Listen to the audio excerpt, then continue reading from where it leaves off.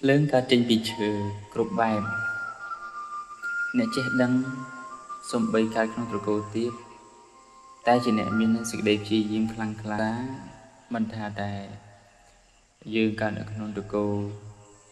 ទុនទាបត្រកូលអន់ថយត្រកូលក្រខ្សត់មិនមានសម្បូរអូសហៀដូចអ្នកមានក៏ពិតមែនក៏ប៉ុន្តែតម្លៃនៃ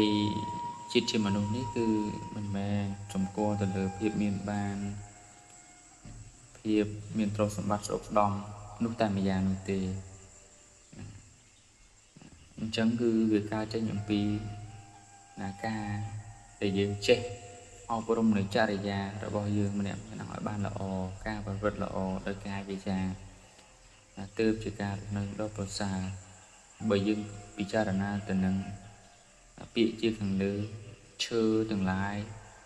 មិនថាឈើតូចឬឈើធំទេគឺវាអាចនឹងចេះដូចគ្នាអញ្ចឹងជីវិតរបស់យើងក៏ដូចគ្នាដែរមានតម្លៃដូចគ្នាទេឲ្យតែយើងចេះប្រើជីវិតនឹងឲ្យល្អប្រសើរតម្កល់ខ្លួនស្ថិតនៅក្នុងការសិក្សារៀនសូត្រតែងតែមានសេចក្តីចម្រើន